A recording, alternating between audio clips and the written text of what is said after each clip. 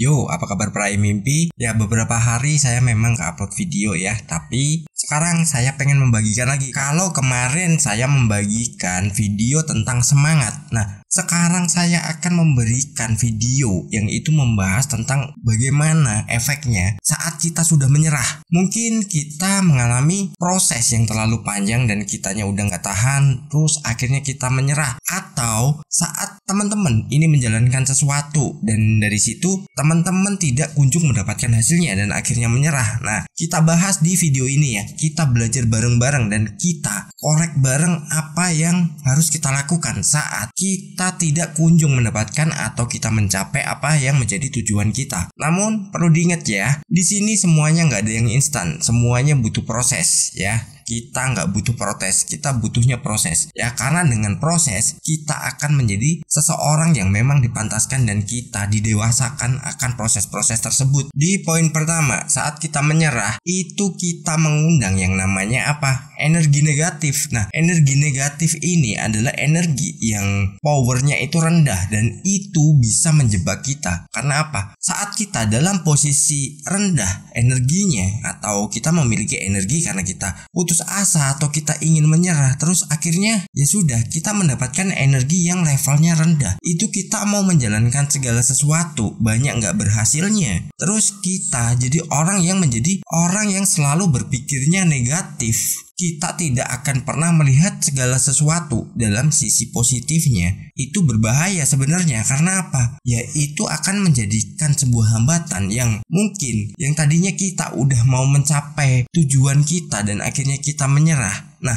dari situ kita hanya mendapatkan hanya prosesnya aja. Kita nggak akan pernah mendapatkan apa yang menjadi impian kita. Karena apa? Selangkah lagi sebenarnya kita udah mencapai apa yang menjadi target kita, goal kita. Saat kita udah menyerah, terus kita udah memiliki energi negatif yang mungkin kita berpikiran, wah ini omong kosong nih, ini nggak mungkin nih, ini sesuatu yang bohong, ini sesuatu yang hanya halusinasi, ini bukan sesuatu yang aku inginkan, maka aku putuskan, aku berhenti. Mulai saat itu, apa yang akan Anda raih semuanya batal. Padahal apa? Jaraknya itu tipis banget. Antara keberhasilan dan kegagalan itu tipis banget. Hanya saja kita menyerah sebelum kita mencapai apa yang menjadi target utama kita, yaitu apa? Berkelimpahan. Ya sudah, kita udah menyerah, kita udah putus asa, energi kita udah turun jauh banget. Giliran orang lain yang dirinya nggak menyerah, yang mungkin kita pernah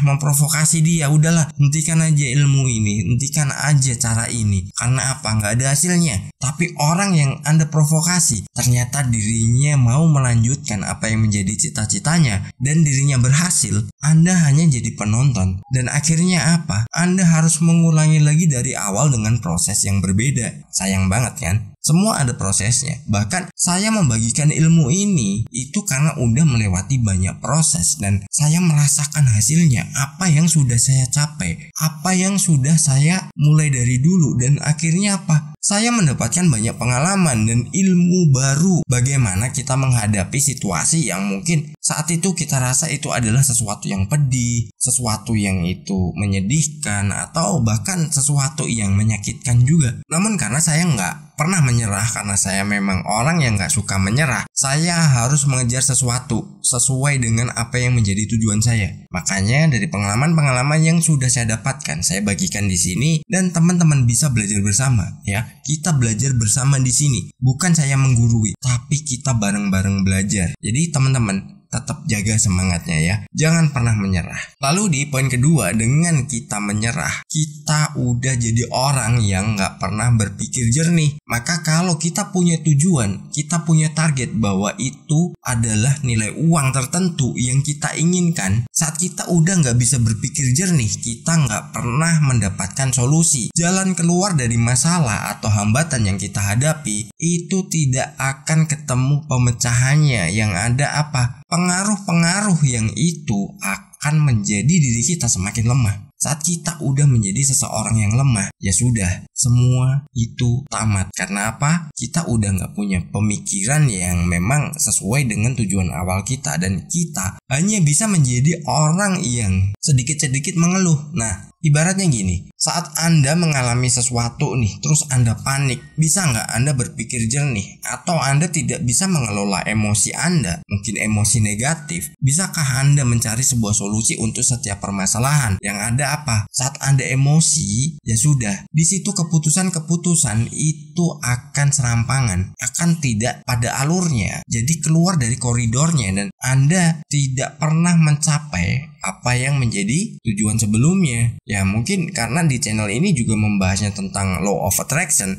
seputar keuangan, maka saat Anda memiliki impian yang awalnya mungkin ya punya nilai uang berapa, target tiap bulannya, dan akhirnya ternyata di tengah jalan Anda menyerah. Saat udah menyerah, Anda udah nggak berpikir jernih lagi, karena sebenarnya saat Anda udah lelah, istirahatlah sebentar. Mungkin di fase saat Anda istirahat itu, nah peluang itu datang, dan uang yang menjadi tujuan Anda itu akan datang dan akan menjadi milik Anda. Namun kalau Anda menyerah terus udah nggak bisa berpikir jernih, maka ya udah stop di situ, dan akhirnya saat orang lain berhasil, Anda hanya jadi penonton. Terus Anda pengen memulai lagi, mungkin kok udah nggak berani lagi ya, karena apa, terlalu jauh ini, harus ngulangin dari awal. Ibarat kita di reset lagi ini pemikirannya. Nah dari situ makanya harus selalu dijaga. Agar apa? Agar kita selalu menjadi orang yang optimis. Ingat kan saya pernah bilang, optimis, orang percaya tantangan itu membuat ia sukses. Jadi hadapi setiap tantangan, selesaikan semua tantangan itu, dan capailah impian teman-teman. Saat membuat video ini, saya itu sebenarnya melewati beberapa proses juga. Makanya dalam beberapa hari itu nggak ada upload. Karena apa? Harus mengelola mood juga. Selain kesibukan saya, ada faktor-faktor lain yang itu memang menjadi penghambat. Tapi apa? Saya nggak pernah menyerah. Gimana caranya biar saya bisa membuat video lagi? Karena apa? Saya membuat video ini itu di ruang kerja, terus sambil saya kerja juga. Jadi saya sempatkan berbagi ilmu kepada teman-teman ya.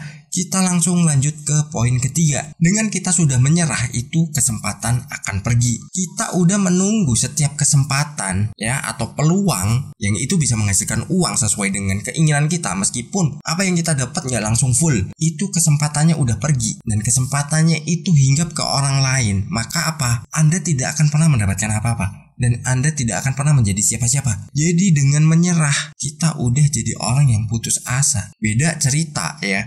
Misalkan ada seseorang yang bilang udahlah pasrah aja lah, terserah, udah nggak mau lagi. Nah misalkan seperti itu. Yang namanya pasrah itu bukan menyerah. Pasrah itu tetap berusaha bagaimana menjalani atau melewati sebuah tantangan yang itu hasilnya bagaimanapun terserah. Itu yang namanya pasrah. Tapi kalau menyerah itu sama aja dengan putus asa. Karena saat udah putus asa, ya sudah, semua diabaikan, semua dilupakan, udah gak mau lagi ya. Begitu ada kesempatan baru lagi nyolek, udah gak mau lagi juga. Karena apa? Alah, paling nanti seperti kemarin, paling gak bisa juga, paling begini, paling begitu, kata si ini begini, kata si itu begitu. Nah itu justru kita udah menghilangkan apa yang menjadi tujuan awal kita, apa yang menjadi cita-cita kita. Ya sudah, sebenarnya itu semua pilihan kok. Kita harus menjaga semangat kita. Meskipun hambatan tuh ada, kita bisa selesaikan selama kita mau, dan semua pasti itu dimampukan. Oke? Jangan lupa raih mimpimu. Bye-bye.